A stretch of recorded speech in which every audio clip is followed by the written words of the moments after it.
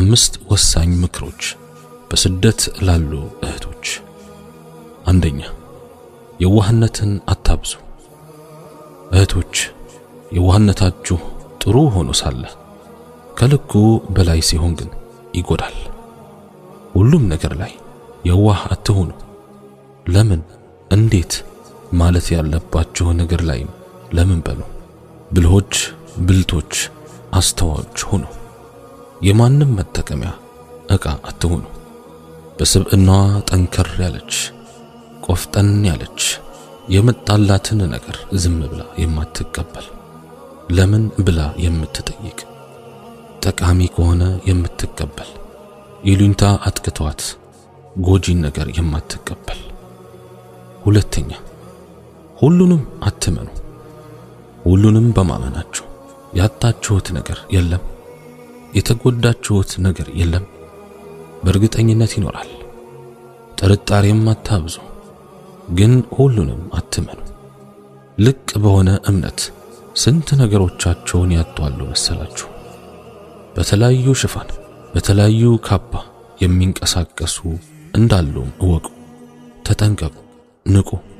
ራሳችሁን ገንዘባችሁን ጠብቁ። በላባችሁን ጥብጣቤ ለፍታችሁ ያገኛችሁትን ጊዜያችሁን መስዋዕት ያደረጋችሁለትን ነገር እንዲሁ በቀላሉ አትጡ። ሶስተኛ፣ ስትሰጡ በልክ ስጡ። መስጠት ያሰጣል፣ አላህም ይተካል፣ ጀነትን ያስገኛል፣ ደስታን ይሰጣል፣ መከራን ያስወግዳል። ግን በልክ ይሁን። ስትሰጡ ራሳችሁን እስከ መርሳት ድረስ አትስጡ። ለራስህ የምትወደውን ለወንድምህ ውደድ ሲባል ያለህን በሙሉ መስጠት ማለት አይደለም። ስለዚህ ራሳችሁን ከግምት ውስጥ አስገቡ። ሁሌም እንቅስቃሴያችሁ በልክ ይሁን። አራተኛ፣ ለችግር ጊዜ የሚሆናችሁን ገንዘብ አስቀምጡ። ሰውነን መታመም ሊመጣ ይችላል። ሥራ መፍታት ሊኖር ይችላል። የተለያዩ ችግሮች ሊኖሩ ይችላሉ።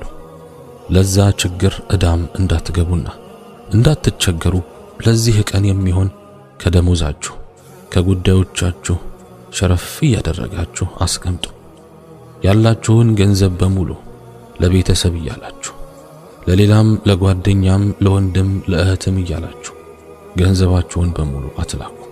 ነጭ ቀን እንደ መኖሩ መጠን ጥቁርም ቀን እንዳለ ማስታወስ መቻል አለባችሁ። አምስተኛ፣ ደርስ ላይ ቂራአት ላይ በርቱ። በቻላችሁት አቅም ጊዜያችሁን ለመጠቀም